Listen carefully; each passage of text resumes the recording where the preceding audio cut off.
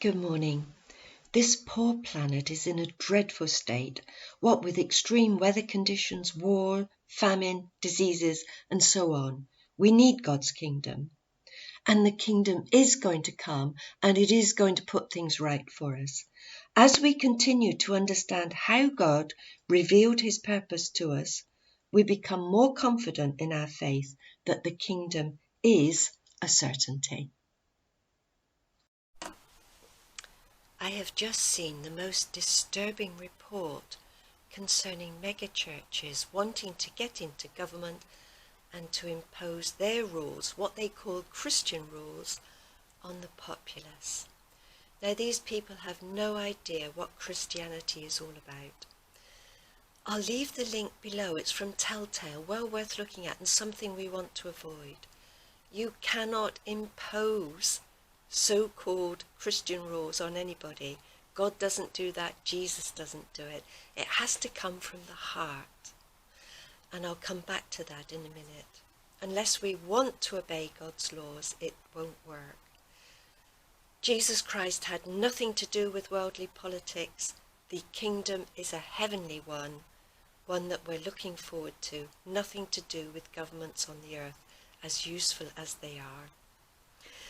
Now, in trying to trace how God revealed his purpose, his sacred secret to mankind, I've got as far as the Israelites coming out of Egypt. And in Exodus chapter 19, verses 5 and 6, he said, I carried you on eagle's wings and brought you to myself. From this you will know that if you obey my voice and hold fast to my covenant, you of all nations shall be my very own. He said, I will count you a kingdom of priests. Now, this covenant that God made with Israel was very different to the one he made with Abraham. Abraham's covenant was a promise made by God, and it was not dependent on what Abraham did or didn't do.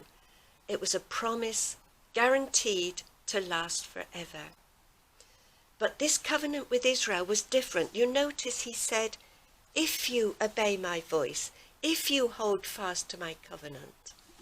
Now, in Leviticus 26, God sets out very clearly what would happen if they kept his covenant and what would happen if they broke it. If they kept the covenant, they would have peace, security, plenty of food. If they broke it, everything would go wrong, and eventually they would suffer deportation to other countries. Now, did they keep his rules, his covenant? No, of course not. We humans have a wonderful ability to mess things up completely. In Jeremiah 31 and verse 32, it says, they broke that covenant of mine. How did Israel break God's covenant? They went over to false gods and they brought about the most awful conditions. Murder, theft, immorality. It was dreadful. One probably not quite so bad thing that they did was in Jeremiah 34. Now, this account is when the Israelites are several centuries after being brought out of Egypt. They were about to be deported to Babylon, and Jeremiah was very forceful in his preaching, and Zedekiah might have had a moment of fear of God. And in chapter 34, verse 8, he said, Zedekiah made a pact with all the people in Jerusalem to free their slaves. Now, according to the law of Moses, if you got into debt, you could sell yourself to the person that lent you money, and you could be their slave for up to 6 years. But in the 7th year, the Sabbath, you were to be set free. But of course the Israelites didn't keep that, and once you were a slave, you were a slave forever. But they decided once at this particular time that they would do what God said. So they set them free, but not for long.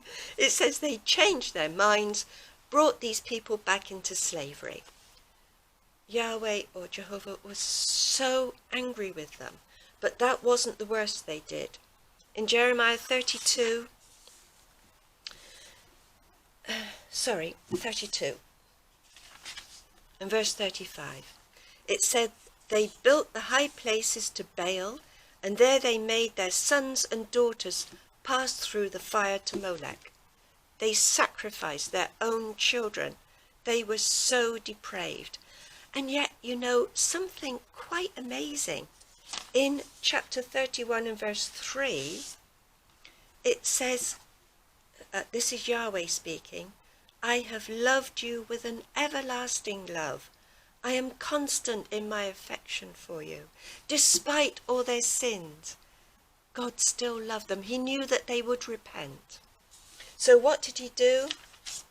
He was going to make a new covenant. And this is the important thing. It was going to be deep within them. I would plant my law, writing it on their hearts.